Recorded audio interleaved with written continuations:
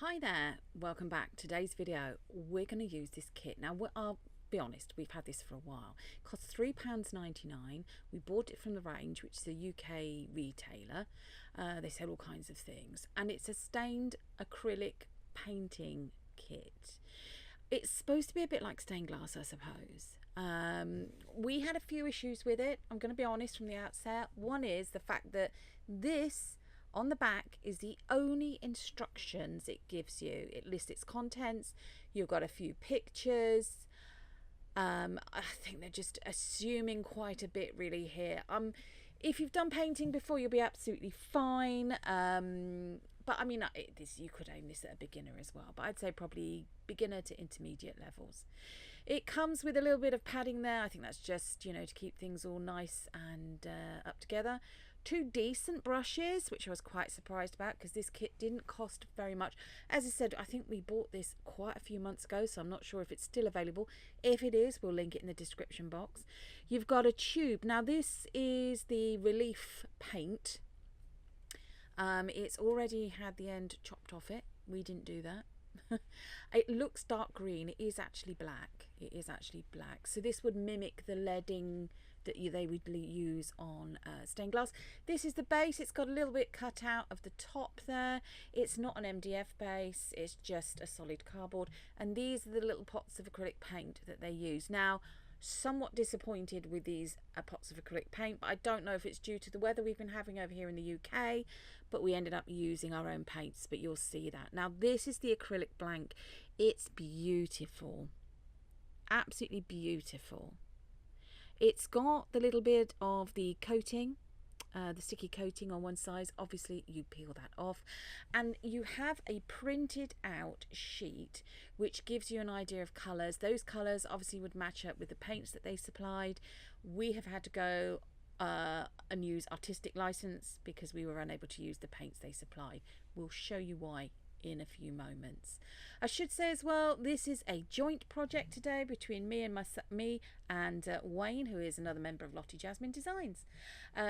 If you're a regular subscriber and viewer of our channel and videos, then you'll recognize his hands. There we go. So he's just peeled off that sticky backing.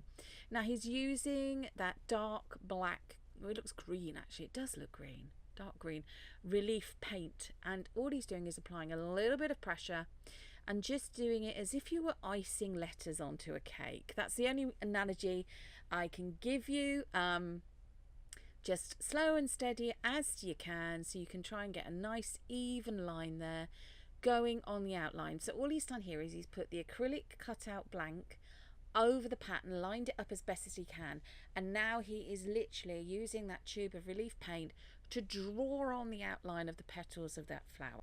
So the idea is that you continue to do this. I mean, you could do that one flower, stop, let it dry. It dries usually within about half an hour, 45 minutes, and then go on and do the rest in sections. We did do a bit at a time, let it dry, go back and do a bit more, and so on. This bit is sped up. Certain sections of this video have been sped up because, you take your time doing this, and you didn't need to sit and watch him doing this for like 10 minutes.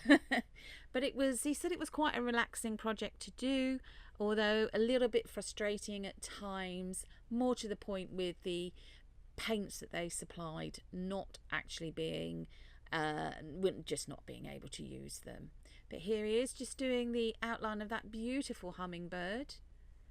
We do actually, hummingbirds is one of our favourite things in this house.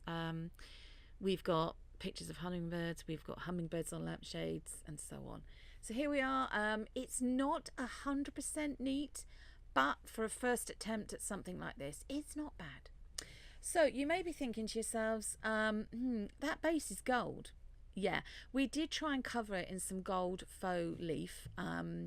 It did not give the finished effect we wanted, so we lightly sanded it down and opted to use sorry, excuse me, a custom mixed paint colour.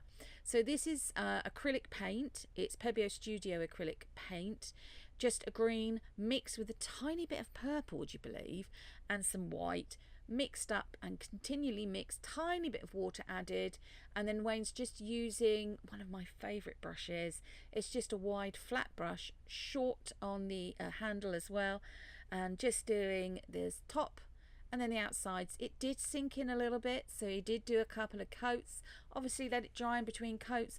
Now this is the paint, look at this. It is dried up, and I mean not just dried a little bit so it's got a like thick skin on the surface. It was dried all the way through. I'm not going to show you all the others, but exactly the same with all these other little pots. So there he is, thumbs down from Wayne, unfortunately, for that one. So what we've then got here is back to me. I found an artist's mixing palette, got a selection of colours. All of these bar one, bar the black, is by Pebeo. There we are. We got Amsterdam black going in. And I just said to Wayne, let's just find some colours that we think might tone in quite nicely. I'll put them all out for you. Up to you which ones you then decide to use. We then agreed. I think he was a little bit thrown by this, to be honest. We then agreed that I would do one of the flowers just to show him what I thought would be a good technique to do. Now this is a beautiful deep pink, almost tinging slight bit of purple to it. I used just their brush that they'd supplied and then a little coffee stir stick to mix in the white, and then got the brush and I just thoroughly mixed it in till I was happy with the colour that I'd got. I wanted a paler colour and then a bit more of the dark separately. I thought, you know, let's try and do some shading. My mind was on, oh, this is acrylics. This is like when you paint trays or landscapes or beautiful flowers on canvases or other kinds of substrates. Did not occur to me at all that what I was now doing and spent quite a bit of time doing wasn't necessarily gonna work. And that really you're just better going with solid colours. Don't try and do shading, which is what I was attempting to do here, which would look fantastic on canvas or wood, or if you've got the right kind of paper to use for acrylic painting, but not on this. Well, it certainly didn't work for me. And then completely thought, hang on, I wasn't even thinking at this stage. We're not going to look at it from this side. We're going to look at it from the other side. But more of that we'll show you as the video progresses. If you joined us in the live chat today, hi, how are you? How you doing? If you're in the UK, are you coping with the weather? It's been quite warm indeed. But thank you for joining us in live chat. If you've not subscribed, why not like, share, subscribe, give us a thumbs up.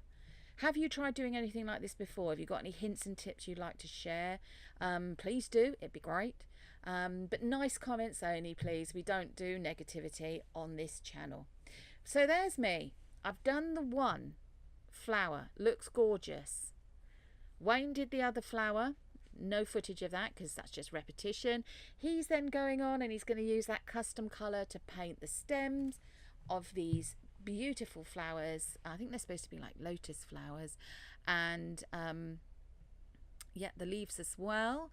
Bit of sped up action here, bit of a time lapse of him doing that. Again, he said this was actually quite relaxing. So here we are. It's a bit of a close up. You can see we've got a few little areas that aren't quite so neat, but that really doesn't matter. You see at this point we haven't realised that as soon as you turn it over, you're not going to see any of those highlights or shading. Wayne continued on with you in the same vein, doing the hummingbird here, and he's using some of those beautiful, more sort of metallic, chrome-like greens and blues, sort of petrol and water kind of colours. I don't know if you know the kind of effect I'm talking about. I did put out a lovely colour, and it's a blue grey metal a blue blacky colour, and it's got a hint of metallic in it. It is stunning. The only thing is, it doesn't show up very much on this.